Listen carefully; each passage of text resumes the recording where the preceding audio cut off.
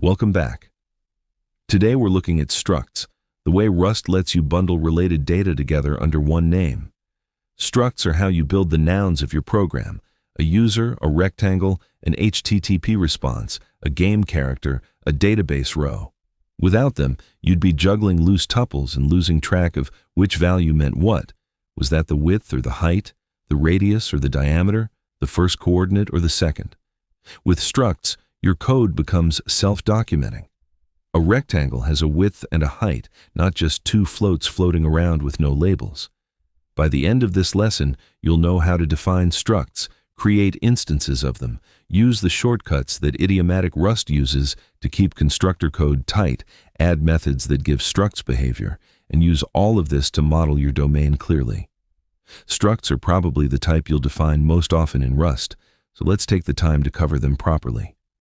You define a struct with the struct keyword, followed by a name and a block of named, typed fields. Each field gets an identifier and a type, and the fields are separated by commas. The naming convention is important in Rust. The struct itself uses upper camel case, every word capitalized, no separators, while the fields use snake case with underscores. Something to understand: a struct definition is just a template. It doesn't allocate anything. It doesn't create a value. It's purely a description of what an instance will look like when you make one. Only when you instantiate a struct does Rust actually lay out its memory and reserve space for the fields. The struct we're defining here, user, has 4 fields: a username and an email as strings, an active flag as a bool, and a sign-in count as an unsigned 64-bit integer. This is typical of domain types, a mix of value types and heap-allocated types bundled together. When you instantiate it, those string fields will each own their own heap data, and the struct itself will live wherever you put it: on the stack, inside a box, inside a vec, wherever fits the situation. To create an instance of a struct, write the struct name followed by curly braces and set each field by name.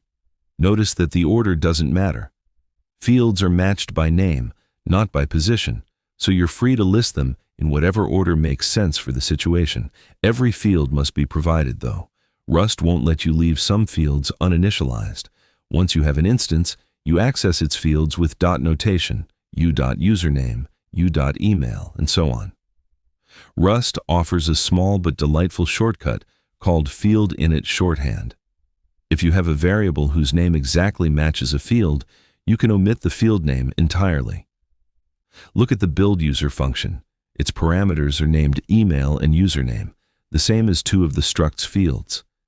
Inside the function body, when we create a user, we just write email, username, and Rust fills in the rest. This shorthand is tiny, but it keeps constructor code clean and readable. You'll see it everywhere in idiomatic Rust code, especially in functions whose whole purpose is to package up their arguments into a struct.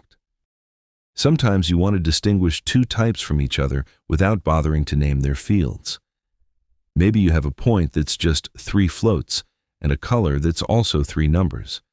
But you don't want them to be interchangeable, because a point added to a color doesn't make sense. For this, Rust offers tuple structs, a struct whose fields are positional, accessed by index rather than by name. You define them with a name and a tuple of types, no field names.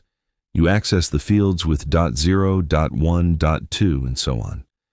Tuple structs are useful for new type wrappers, where you want a distinct type for a single value, and for very small groupings where names would be redundant, like color or point, but use them sparingly. For anything more than 2 or 3 fields, named fields are almost always clearer.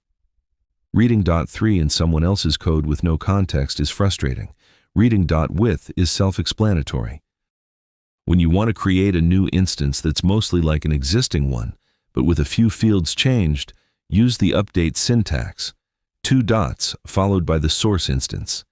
In the example, we have u1 with 4 fields, and we want u2 with a different email, but everything else the same. Instead of retyping each field, we write just the field we're overriding, then .u1 to fill in the rest. The compiler copies the other fields for us. Be careful though. This is a move operation for any heap-owned fields. After the update, U1's string fields may have been moved into U2, so U1 is no longer fully usable.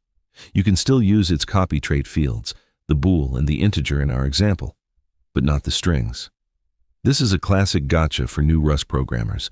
The fix, when you need U1 intact, is to clone specific fields before the update, or to clone U1 entirely. Once you internalize that the update syntax is a move by default, the behavior makes perfect sense. Methods are functions that belong to a particular struct. You define them inside an impl block, short for implementation, which attaches methods to a specific type. You can have multiple impl blocks for the same type if it helps organization, and you can split the methods of a single type across multiple files, which is a powerful tool for keeping large types manageable. The first parameter of every method is always some form of self, a reference to the instance the method is called on. There are three forms: an immutable reference, &self, when you only need to read; a mutable reference, &mut self, when you need to modify; and just self by itself, which consumes the instance, a rare choice used by methods that transform the value into something else. In the example, we define a rectangle with width and height. The area method takes &self and returns a product, read-only access. The scale method takes &mut self and multiplies both fields in place. Methods unify your struct's data with the behavior that operates on it. It's the essence of object-oriented programming, applied in Rust's distinctive non-inheritance style. You add behavior to types by implementing methods and by implementing traits, which we'll cover later. You never subclass. This simplicity, combined with the trait system, gives you most of what OO offered without most of its pitfalls. Functions inside an impl block that don't take self are called associated functions.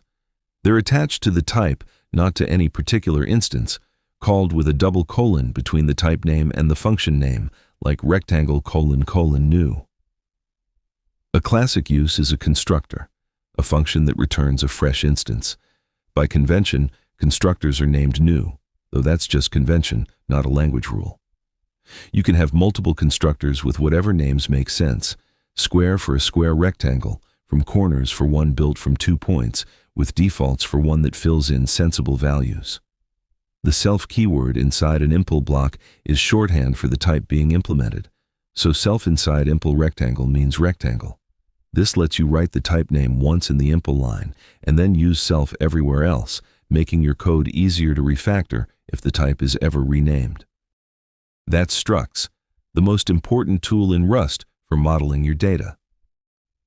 Next up, we'll meet their close cousin, enums, along with the powerful pattern matching that makes them shine. Enums are where Rust starts to feel genuinely different from languages you may have used before. See you there.